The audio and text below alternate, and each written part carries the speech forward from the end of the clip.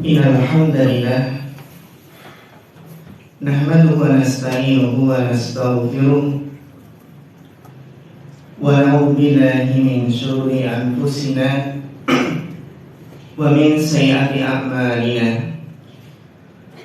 Man yahdihillahu fala mudilla lahu wa man yudlil fala hadiya lahu. Asyhadu an la ilaha illallah wahdahu la syarika lahu wa asyhadu anna Muhammadan abduhu wa rasuluh. Allahumma shalli wa sallim wa barik wa an'im ala abdika wa rasulika Muhammadin wa ala alihi wa sahbihi wa man tabi'ahum bi ihsanin ila yaumiddin, amma ba'd. Yang kami hormati Bapak Salim Hamidullah Ta'ala, Bapak Ibu yang semoga senantiasa dirahmati Allah Subhanahu wa Ta'ala.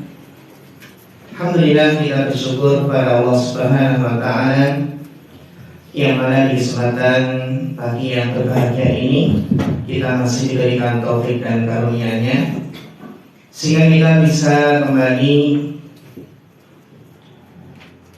meniti jalan ilmu, jalan yang menghantarkan kepada kebahagiaan, jalan dimudahkannya masuk surga, jalan yang merupakan kunci untuk mendapatkan ketentraman dan ketenangan hidup di dunia yang fana ini. Kita akan melanjutkan kajian akidah kita, karena betapa pentingnya sebuah akidah ya. Dengan akidah itu ibadah seseorang akan baik, akhlak dan muamalahnya juga akan baik. Bahkan dengan akidah itu kinerja seseorang akan semakin baik, akhlak dan muamalahnya juga akan baik. Bahkan dengan akidah itu kinerja seseorang akan semakin baik ya. Karena akidah yang rapuh, ilmu yang paling penting, ilmu yang paling mulia itu ilmu akidah. Dengannya kehidupan seseorang akan semakin baik. Pada pertemuan yang lalu telah kita jelaskan tentang al-ilmu ya. Al-ilmu yang intinya adalah ma'rifatullah wa ma'rifatu dinil Islam wa ma'rifatu nabi wa ma'rifatu dinil Islam bil adillah. Jadi yang namanya ilmu agama, inti dari ilmu agama itu yang mengenal Allah, mengenal nabinya, dan mengenal syariat Islam. Itu ilmu yang wajib dipelajari oleh setiap muslim dan muslimah ya. Sehingga ilmu itu dibagi menjadi beberapa macam ya. Ada ilmu dunia dan ilmu syariat. Ilmu dunia itu ada yang hukumnya fardu kifayah, seperti ilmu-ilmu yang dibutuhkan oleh umat, ilmu kedokteran, ilmu tentang arsitektur ya, tentang teknologi yang dibutuhkan oleh umat. Ada yang hukumnya mubah, ilmu memasak, ilmu apa lagi, tata budaya. Dan ada juga ilmu yang hukumnya haram, seperti ilmu judi. Sekarang kan baru ngetrennya apa? Slot gitu ya. Slot itu ya jadi trennya anak muda ini ya. Indonesia itu kan termasuk ranking penduduknya yang senang judi. Bahkan di pasar malam pun kan juga orang yang judi itu, ya kan? Pasar malam itu kan judi, untung-untungan, mancing apa gitu atau gelang dilempar atau nimba atau lainnya. Bahkan sekarang sebagian toko-toko juga ada judinya. Toko yang ada kotak ada bonekanya itu ya. Apa namanya itu? Cabutan boneka. Iya, cabutan boneka itu kan di mana-mana ya. Nah itu judi kan? Iya. Yang mengandung unsur spekulasi, untung-untungan ya, itu judi. Ya. Itu ilmu dunia. Sedangkan ilmu syariat itu ada yang fardhu ain, artinya wajib dipelajari oleh setiap muslim dan muslimah. Kalau nggak mempelajarinya maka berdosa. Itulah apa? Ilmu yang dengannya bisa tegak agama seseorang, bisa menjalankan agamanya dengan baik. Ya, seperti ilmu apa? Ilmu akidah tentunya. Ilmu rukun-rukun Islam, fikih sholat, fikih puasa. Ini hukumnya apa? Hukumnya adalah fardhu ain. Ketika kita membutuhkan ilmu tersebut, maka hukumnya wajib. Seperti orang mau menikah, maka belajar, wajib belajar fikih nikah. Orang mau haji, mau umroh, wajib belajar fikih haji, fikih umroh. Karena al-ilmu qabla al-qawli wal amal. Ilmu itu sebelum berkata dan berbuat. Mau berdagang, demikian pula mau berdagang wajib hukumnya belajar fikih jual beli, fikih muamalah, gitu ya. Ini hukumnya adalah fardhu ain. Ada yang ilmu syariat itu hukumnya fardhu kifayah. Contohnya apa? Usul tafsir, usul hadis, usul fikih, apalagi bahasa Arab, nahwu, shorof dan seterusnya ya. Itu hukumnya apa? Fardhu kifayah. Tidak semua orang bisa mempelajarinya atau mampu untuk fokus mempelajarinya. Yang penting ada yang mempelajarinya. Karena itu adalah ilmu alat, ilmu usul, yang itu adalah kunci untuk menjadi seseorang yang menjadi ahli ilmu. Dan ada juga ilmu syariat yang hukumnya adalah sunnah atau apa? Atau mustahab. Seperti apa? Seperti bagi apa? Bagi mustahab. Seperti apa? Seperti bagi apa? Bagi seorang dokter, ya. Jika seorang dokter ingin belajar bahasa Arab atau belajar usul fikih, usul hadis, maka apa? Diperbolehkan. Beda dengan seorang mufti yang ahli fatwa, maka kalau belajar usul fikih, usul tafsir, usul hadis bagi seorang mufti yang ahli fatwa, maka hukumnya apa? Wajib. Ini ya.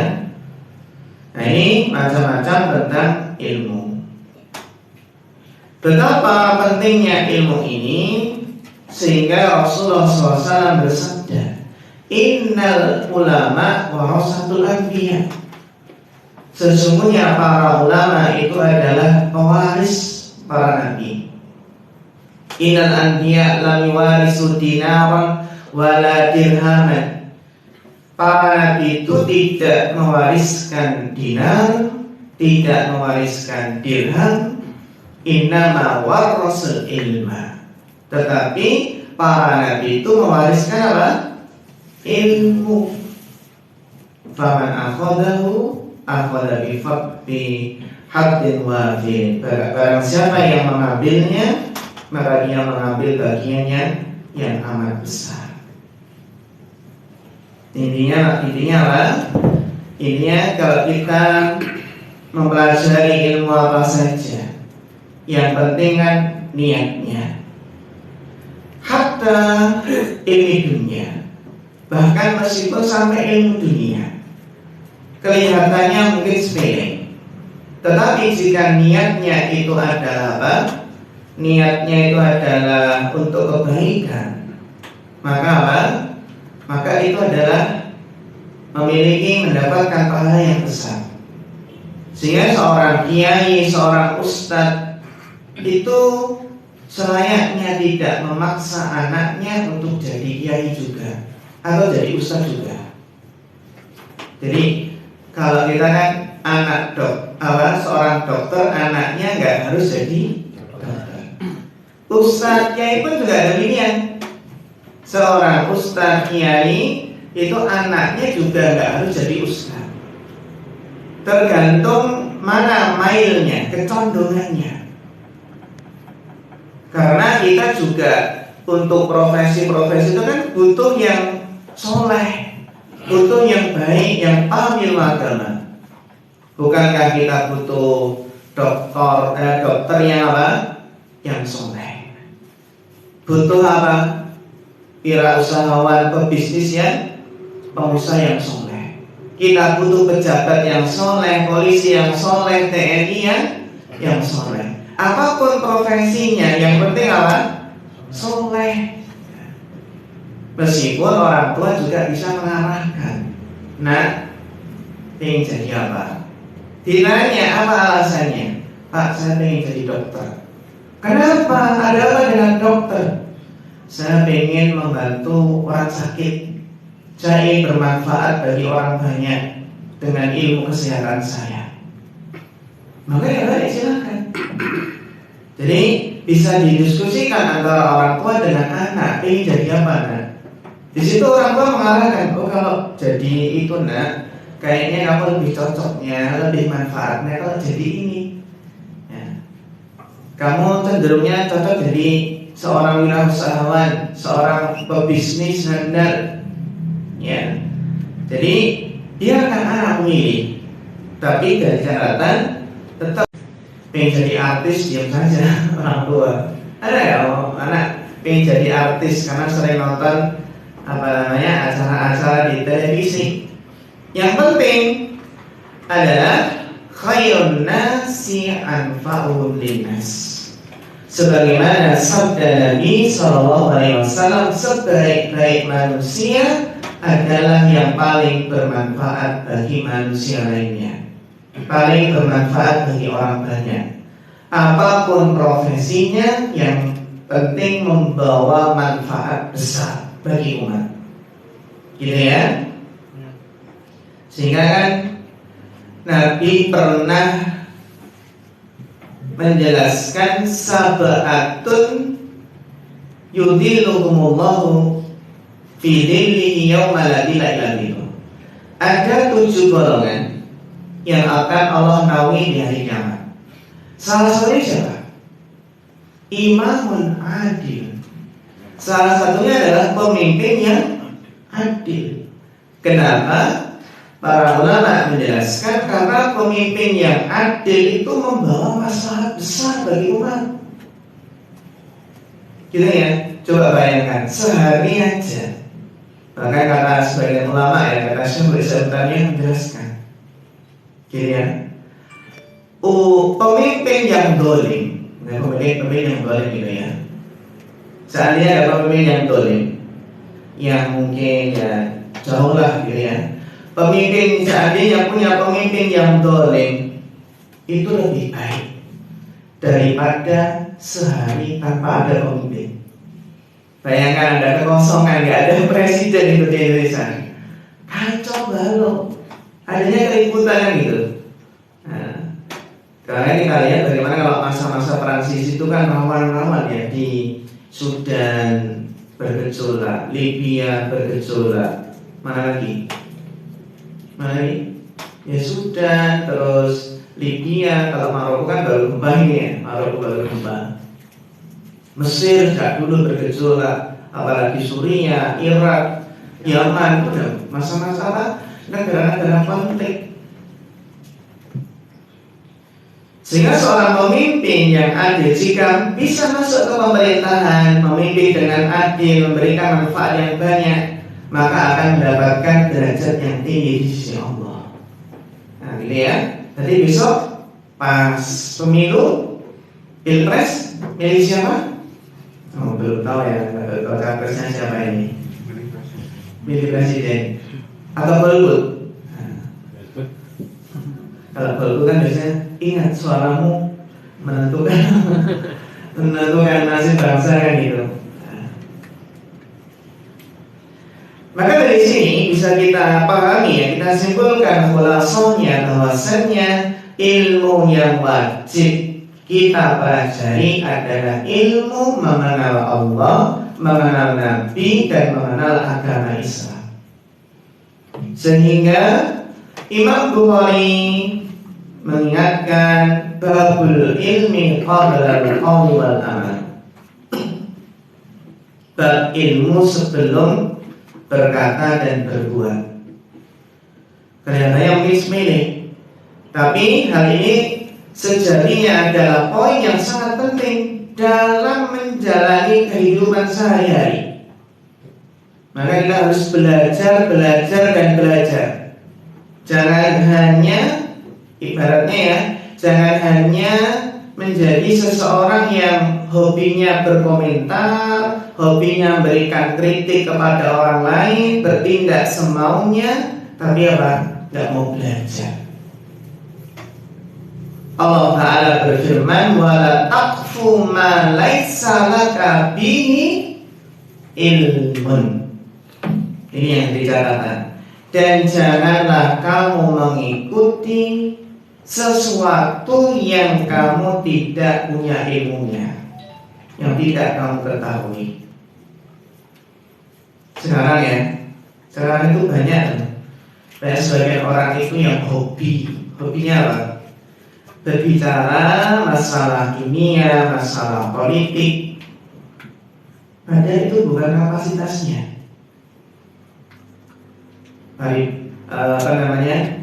Ungkapannya ibaratnya seperti tukang becak nih. Ya, banyak bapak tukang becak, tapi apa? Masya Allah. Bicaranya masalah dari politik terus. Banyak dari manusia ya apalagi berbicara masalah agama itu menurut hawa nafsunya, tidak berdasarkan ilmu. Ini apa? Kaidah yang pertama adalah al-ilmu. Yang kedua, kata beliau adalah al-amalu bihi. Kalau sudah berilmu, maka ia mengamalkannya. Jadi setelah seseorang itu memiliki ilmu, maka hendaknya dia mengamalkannya. Ada dua kelompok yang tercela. Yang pertama adalah dhalin, yang kedua al-maghdubu alaihim. Yang pertama adalah dhalin, orang-orang yang sesat. Siapa sih orang yang sesat itu? Orang-orang sesat itu adalah orang-orang Nasrani. Kenapa? Karena mereka beramal tanpa ilmu, sehingga mereka menjadi orang yang sesat, yang beramal tanpa ilmu. Keyakinan mereka, trinitas mereka, menyembah Isa, menyembah Bunda Maria, kata mereka ada Tuhan Bapa, Tuhan Ibu, Tuhan Anak. Ini tanpa ilmu. Demikian pula maghdubi alaihim, orang-orang yang dimurkai. Siapa mereka? Orang Yahudi, yang mereka berilmu tapi tidak mau mengamalkannya. Ini golongan yang dimurkai. Nah, seseorang juga bisa masuk ke kelompok Yahudi tadi atau Nasrani tadi. Kalau dia nggak mau belajar sehingga tersesat, ya mirip dengan Nasrani. Atau dia belajar tapi nggak mau mengamalkan ilmunya, maka menjadi orang yang dimurkai. Kira-kira mereka tanpa ilmu. Orang Nasrani contohnya ya, orang Nasrani itu kan beribadah tanpa ilmu. Sehingga apa? Saking semangatnya mungkin mereka beribadah, ya, mereka sendiri orang Nasrani itu menjanjikan kepada diri mereka sendiri untuk tidak menikah dalam rangka mendekatkan diri kepada Allah, kata mereka. Pendeta boleh nikah nggak? Nggak boleh ya. Orang pendeta nggak nikah. Baik pendeta, kalau pendeta kan laki-laki ya, kalau perempuannya namanya apa? Suster. Suster ya. Yang penting bukan suster ngesot ya. Biarawati atau apa ya? Biarawati ini. Tapi alhamdulillah mereka nggak menikah, tapi berzina. ada yang berzina, bahkan ada yang berbuat asusila terhadap jamaahnya, kan gitu. Karena menyalahi fitrah kalau nggak menikah. Ya. Sebagaimana orang yang berilmu tanpa beramal, maka itu adalah seperti orang Yahudi. Nah, maka yang nggak beramal itu nanti jadi bumerang baginya. Sebagaimana sabda Nabi, wal Qur'anu hujjatun laka au alayka. Al-Quran itu bisa menjadi pembelamu jika kita amalkan. Al-Quran itu akan menuntutmu, akan memusuhimu jika kamu tidak mengamalkannya. Sehingga al-amalu bihi di sini menanamkan kepada kita semua nih, bahwasanya ilmu itu bukan hanya wawasan, bukan hanya thaqafah Islamiyah. Ilmu bukanlah sekedar menambah catatan. Ilmu bukan agar pandai menulis atau pandai berbicara, tapi ilmu adalah apa yang diamalkan. Karena orang yang berilmu tanpa mengamalkannya, itu ibaratnya adalah seperti sifat yang mirip dengan orang Yahudi. Ini yang kedua. Yang ketiga adalah ad-da'watu ilaihi, mendakwahkannya. Jadi barang siapa yang sudah mengamalkan ilmunya, maka hendaknya dia mendakwahkannya. Karena konsekuensi dari ilmu dan amal itu adalah mendakwahkannya, agar orang lain itu juga tahu indahnya ilmu dan amal. Indahnya ilmu dan amal. Kenapa indah? Karena sumber kebahagiaan itu adalah ilmu dan amal. Sumber kebahagiaan di dunia dan di akhirat itu adalah al-ilmu wal amal. Sehingga yang menjadikan seseorang semangat berdakwah itu kan senantiasa ingat pesan Nabi sallallahu alaihi wasallam, balighu anni walau ayat. Sampaikan dariku meskipun satu ayat. Kalau ada acara dai-dai kan ya, sampaikanlah walau satu ayat kan gitu. Jadi apakah seseorang itu jadi ustaz kalau mau berdakwah? Enggak, tidak. Karena dakwah itu ada dua bentuk. Ya, intinya kalau ada dua macam ya, mengajak seseorang berbuat baik, maka ini apa? Ini kan dakwah. Menyeru, mengajak seseorang berbuat baik, ini berlaku bagi siapa saja. Ajak-ajak kebaikan, ini dakwah secara umum. Ada juga dakwah yang memang mengajar secara khusus, guru, ustadz, kiai, menjawab pertanyaan. Nah ini mungkin khusus bagi orang-orang yang berilmu. Jadi jangan sampai salah ranah dalam berdakwah, salah tugas dalam berdakwah. Sebagian orang yang baru mengetahui sedikit ilmu lalu berdakwah, berdebat, berjidal, berbicara dengan detail pada suatu permasalahannya, padahal ia tidak tahu, tidak punya ilmu dalam masalah tersebut. Maka memang hendaklah seseorang itu mengetahui, paham akan kapasitas dirinya. Kenapa? Karena setiap yang ia ucapkan itu akan dimintai pertanggungjawaban oleh Allah Ta'ala. Yang masalahnya kan banyak orang-orang yang awam yang berbicara layaknya ustadz atau kiai. Contohnya apa? Contohnya artis baru bertobat. Artis baru apa? bertobat. Memang boleh baginya untuk berdakwah dengan cara-cara umum ya, mengajak orang lain berbuat baik, motivator atau yang lainnya. Maka kan ya sebagaimana umumnya masyarakat kan boleh mengajak teman-teman di kantor, keluarga di rumah, ngajak tetangga, ngajak ngaji ya, menghadiri majelis ilmu. Namun ternyata banyak orang yang di medsos itu memasuki ranah dakwah yang sejatinya khusus bagi orang yang berilmu saja. Banyak orang yang berani berbicara masalah agama, mengomentarinya, membantah sana sini hingga gak ada ujungnya. Bahkan sebagian orang baru saja bertobat langsung dipanggil ustadz, berbicara seperti ustadz kibar, ustadz besar ya. Seharusnya kan belajar agama dulu ya, mengokohkan ilmunya, imannya.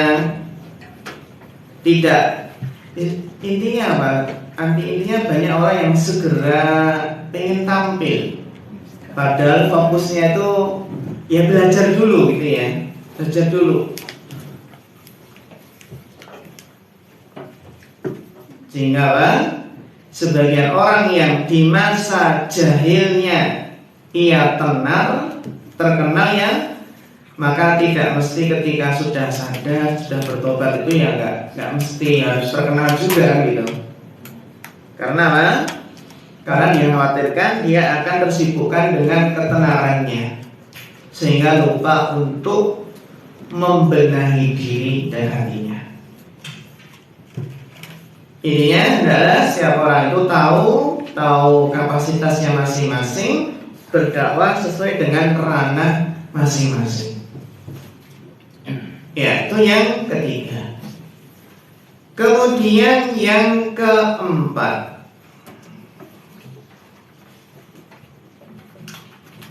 as-sabru 'alal adabi, bersabar atas gangguan. Jadi ketika seseorang mendakwahkan ilmunya, itu kan harus selalu bersabar dalam banyak hal, termasuk sabar dalam menuntut ilmu. Menuntut ilmu itu butuh sabar. Tuluz zaman. Kenapa butuh sabar? Karena duduk ya capek nih. Duduk kan capek, apalagi menghafal capek, tidur capek. Tidur capek. Bukannya setelah tiduran loh Pak. Setelah tidur itu bilang capeknya ya. Kecuali kalau tidur di kendaraan itu sering ya. Tidur di kendaraan itu bangun apa? Malah capek gitu ya. Ini Masya Allah kita itu sekarang safar kan dimudahkan. Kita berangkat naik kendaraan, bis atau kereta atau pesawat, tidur, bangun-bangun sudah sampai. Masya Allah. Zaman dulu jalan kaki, naik onta, naik kuda. Apalagi kalau besok ada mobil terbang. Ada kan ya rencana mobil terbang? Di sebagian negara itu kan ada mobil terbang. Meskipun hanya baru satu aja penumpangnya itu. Insya Allah mobil terbang itu untuk mengurangi kemacetan di Jakarta. Kalau nggak ada di Jakarta saja ya. Kan tidak ada lalu lintas, udara padat, ya sudah lalu lintas sama udara. Meskipun sekarang lalu lintas udara pun juga padat, penerbangan banyak kan. Tapi kalau udara itu kan masih bisa disetting ketinggian. Pokoknya mau tabrakan ya, makanya yang satu naik, yang satunya turun. Tapi yang namanya manusia kan ada errornya ya, kesalahan, bukan error. Akhirnya apa? Ya sudah sama-sama kayak tabrakan. Bisa tabrakan gitu ya. Tabrakan. Itu ada kitab bagus itu.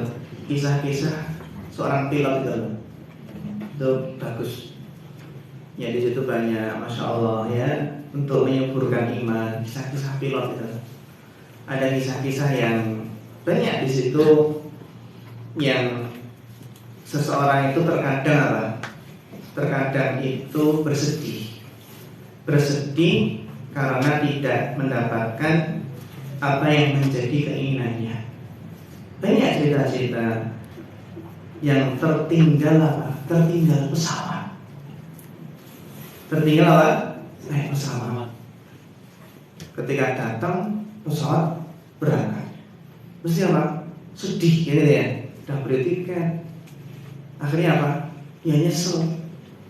Perasaannya pengen marah. Tapi setelah itu selang beberapa menit masuk berita, pesawat yang mau ya naiki tadi ternyata jatuh di lautan. Awalnya sedih, awalnya menyesal, bahkan marah-marah gitu ya. Mungkin marah ke sopir taksinya atau marah keluarganya karena ngurusi tadi terlambat. Akhirnya bersyukur. Betapa banyak orang itu nggak husnudzon dalam. Jadi al khairu khiratullah. Jadi yang terbaik itu ya pilihan Allah. Apa yang Allah takdirkan itulah yang terbaik. Bahkan dalam urusan menikah pun demikian. Itu yang terbaik adalah pilihan Allah. Ya, ketika seseorang melamar ditolak, itu yang terbaik itu. Karena sudah istikharah. Ada seorang syekh cerita ya, ada seorang pemuda ini sedang melamar seorang akhwat yang ia sudah cocok, sudah senang dengan akhwat tersebut, sudah bersedia, tinggal hari H.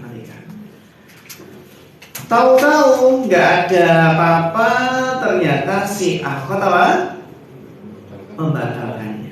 Gimana perasaannya? Awalnya menerima terus dibatalkan. Sakit nggak? Sakit. Sakit nggak? Sakit gitu ya. Karena tahu-tahu dibatalkan itu. Ini pemuda yang soleh. Akhirnya pemuda ini akhirnya nangis. Dan sering nangis dalam doanya.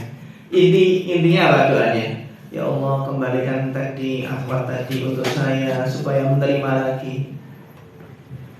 Ya. Terus berdoa seperti itu. Kalau kita gimana? Seandainya awalnya diterima terus akhirnya akhwatnya mundur, gimana kita? Cari yang lain atau masih berdoa? Cari yang lain. Kita mungkin sudah senang gitu loh, sudah sangat cinta dengan akhwat tersebut. Kan selama jalur belum melengkung gitu ya. Terus berdoa terus sampai pada waktu akhwat tersebut dilamar orang lain. Kalau sudah dilamar oleh orang lain, boleh nggak kita berdoa supaya tetap menjadi milik kita gitu? Oh, masih dilamar nggak apa-apa. Tapi kalau sudah jalur melengkung, sudah akad, tunggu jangan.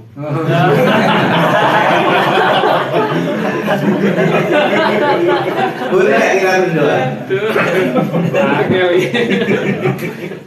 Berarti kalau kita berdoa, berarti kita mendoakan suaminya cepat mati. Ya gitu. Itu akhirnya ya sudah. Ketika sudah menikah dengan orang lain, ya jangan berdoa lagi ya, dan jadi milik orang lain. Akhirnya seorang syekh yang tahu pemuda tadi kasihan, pemuda yang soleh nangis gitu ya, berdoa sungguh-sungguh serius. Setelah itu apa? Setelah beberapa saat wanita tersebut menikah ya. Setelah menikah baru tahu betapa Allah itu sangat sayang dengan hambanya. Kenapa? Karena wanita tadi baru 1 bulan menikah, ternyata divonis oleh dokter terkena penyakit kanker. Kankernya kanker yang bukan yang ringan, kanker payudara. 1 bulan menikah. Bayangkan kalau pemuda ini jadi menikah ya, 1 bulan menikah. 1 bulan berikutnya dokter memutuskan, ya, mohon maaf, satu payudaranya harus diamputasi karena bisa membahayakan keselamatan. 1 bulan berikutnya dokter memvonis harus semuanya diangkat. Berarti 3 bulan menikah tidak punya payudara. 1 bulan berikutnya menjalar sampai urat saraf belakang kepala itu ya. Akhirnya apa? Buta. Berapa bulan? Buta. Setelah itu meninggal dunia. Gimana perasaan pemuda tadi? Sakit ya? Gimana perasaan pemuda? Yang awalnya tadi apa? Pengen banget gitu ya. Ternyata akhirnya baru sadar betapa sayangnya Allah pada hambanya. Ya seandainya kan kalau pemuda tadi jadi menikah, bagaimana perasaannya? Kan sedih terus bulan pertama udah sedih terus. Maka al-khairu khiratullah. Ya, yang terbaik itu adalah apa? Pilihan Allah. Banyak kisah-kisah, bahkan diriwayatkan sebuah kisah ya, meskipun masih perlu kita pastikan kesolehan tadi. Masih ingat kisah seorang raja dan menteri? Masih ingat ya? Pernah nggak kita sampai di sini? Kisah seorang raja dengan menteri. Yang seorang menteri tersebut selalu mengatakan al-khairu khiratullah. Yang terbaik adalah pilihan Allah. Suatu ketika sang raja karena suatu hal kecelakaan akhirnya jarinya putus. Menteri mengatakan apa? Al-khairu khiratullah. Yang terbaik adalah pilihan Allah. Rajanya marah. Ya. Gimana kamu bisa nih yang terbaik, jariku putus loh. Gitu ya. Akhirnya apa? Raja marah. Menterinya dijebloskan ke penjara. Menteri. Ketika dijebloskan ke penjara, kira-kira sang menteri mengatakan apa? Al-khairu khiratullah. Yang terbaik adalah apa? Pilihan Allah. Ini meskipun di penjara. Akhirnya sang raja pada suatu hari berburu bersama sebagian pasukan dia. Ketika berburu ditangkap oleh suatu penduduk di situ ya, ditangkap dan mau dipersembahkan untuk berhala mereka. Akhirnya satu persatu prajuritnya disembelih, dibunuh untuk dipersembahkan untuk jadi tumbal berhala mereka. Sampailah giliran sang raja. Ketika mau dipersembahkan untuk berhala, enggak jadi. Tahu nggak kenapa nggak jadi? Cacat. Salah satu jarinya sudah ada yang putus. Akhirnya raja tadi dilepaskan. Apa? Dilepaskan. Dia baru teringat, oh ternyata ini tadi ya. Menterinya dulu pernah mengatakan apa? Al-khairu khiratullah. Yang terbaik adalah pilihan Allah. Akhirnya balik ke kerajaannya, terus apa? Nemuin menterinya. Intinya ya minta maaf gitu ya. Akhirnya menterinya mau dilepaskan lagi. Terus akhirnya rasanya kan cerita kepada menterinya, gini ditangkap, mau dipersembahkan saya, terus ada nggak lengkap tubuhnya, akhirnya nggak jadi dipersembahkan. Itu yang terbaik dengan Allah. Kemudian akhirnya nggak jadi dipersembahkan. Itu yang terbaik dengan Allah. Kemudian sang raja bertanya, loh menteri, kalau saya kan ini baik karena nggak jadi dikorbankan karena jari saya pernah putus. Lah kamu di penjara kok juga dianggap yang terbaik. Apa kira-kira sahabat sang menteri?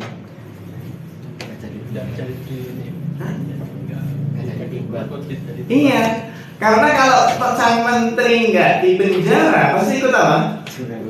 Ikut berburu. Kalau ikut berburu ditangkap ya jadi apa?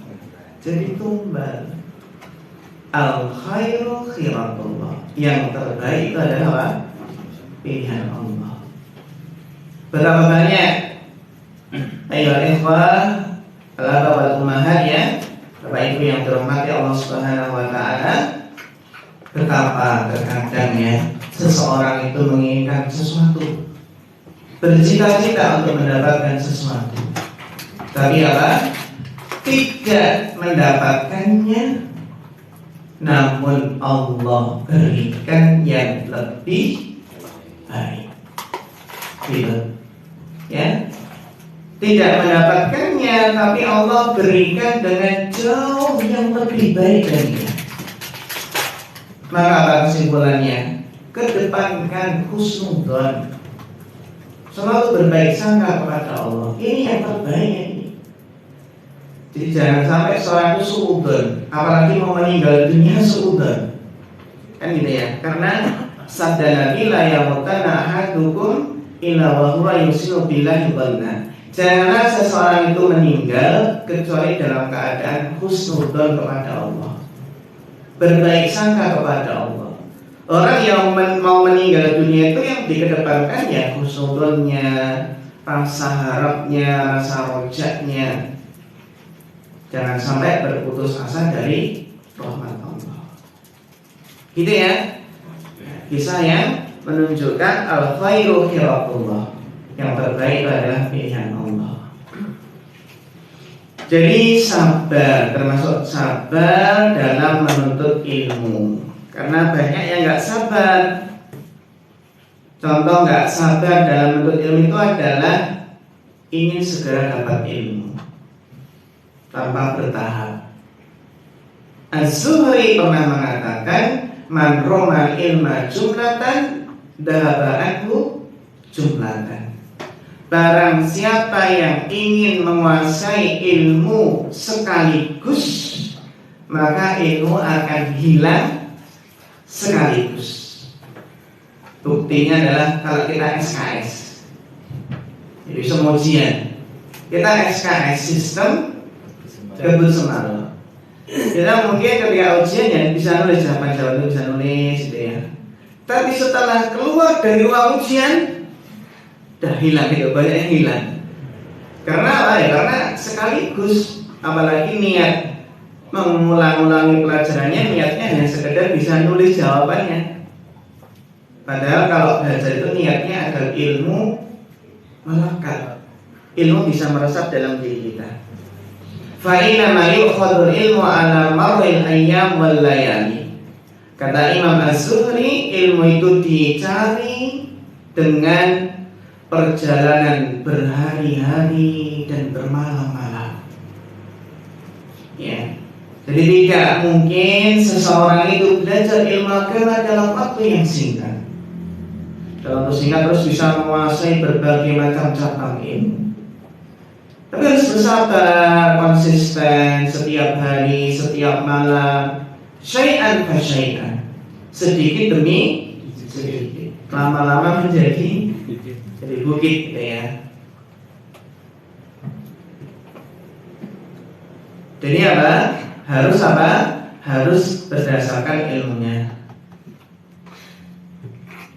Makanya kita lihat dalam Surat Ali Imran ayat yang ke-79, Allah Ta'ala berfirman, walakin kunu rabbaniyina bima kuntum tu'allimunal kitab wa bima kuntum tadrusun. Tetapi jadilah kamu pengabdi Allah, karena kamu mengajarkan kitab dan karena kamu mempelajarinya. Jadi rabbani, kata para ulama, itu apa? Bermakna mereka para ulama yang mengajarkan ilmu itu secara bertahap. Dimulai dari ilmu yang paling ringan sampai ilmu yang paling berat. Dan gitu. Maka Imam Bukhari mengatakan ya, ar-rabbaniyu alladhi yurabbin nas bi sigharil ilm qabla kibarihi. Dikatakan seorang yang rabbani itu yang menterbiah masyarakat dengan ilmu-ilmu yang ringan Ya, sebelum ilmu-ilmu yang berat, ilmu-ilmu yang kecil sebelum ilmu yang besar, gitu ya. Maksudnya adalah bitadarruj, mengajarkan ilmu itu dengan bertahap. Ya. Sehingga penuntut ilmu yang benar itu adalah ketika ingin memperoleh ilmu, maka ya nggak bisa menguasai ilmu secara sekejap.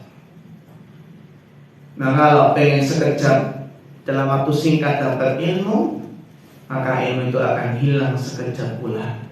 Maka dari sinilah hilang sekejap pula. Maka dari sinilah thalabul ilmi membutuhkan kesabaran. Membutuhkan apa? Kesabaran. Dan banyak orang yang apa? Tidak semua orang itu bersabar untuk ilmu. Contoh mahad ilmi di suatu lembaga itu awalnya yang daftar 50 orang. Habis itu tinggal berapa?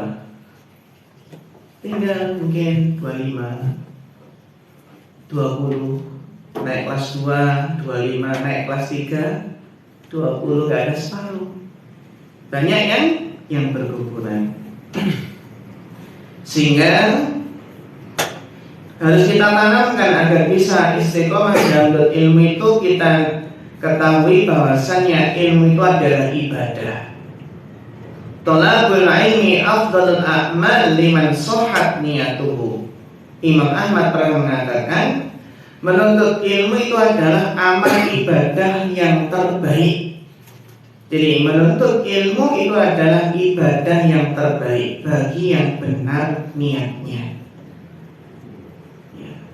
Fa'ayu syai'in tashihun niyat. Lalu bertanya kepada beliau, bagaimana cara membenarkan niat? Beliau mengatakan, yanwi yatawadau fihi wa yanfi anhu jahla. Orang yang benar niatnya dalam menuntut ilmu itu adalah ia meniatkan untuk tawadhu dalam ilmunya dan untuk menghilangkan kebodohan darinya. Gitu ya. Jadi namanya menuntut ilmu itu ya harus belajar, harus rajin membaca, rajin mendengarkan kajian, ya. Maka di sini menunjukkan betapa pentingnya ya belajar ilmu agama, mempelajari tentang keimanan agar iman itu sahih, ya, agar iman itu benar, sehingga seseorang ketika nanti bertemu dengan Allah itu dalam keadaan akidah yang lurus, akidah yang benar. Wallahu ta'ala alam bisawab. Jadi sabar dalam berilmu, ya. Nanti masih ada tentunya apa? Sabar dalam beramal. Sabar dalam apa? Dalam beramal. Jadi amal soleh itu juga membutuhkan kesabaran. Sabar dalam sholat, dalam birrul walidain, berbakti kepada orang tua, sabar dalam meninggalkan maksiat. Intinya memang kalau bicara tentang sabar itu mudah, sehingga apa? Melakoni. Pepatah Jawa ada yang mengatakan gedang woh pakel. Ngomong gampang, melakoni.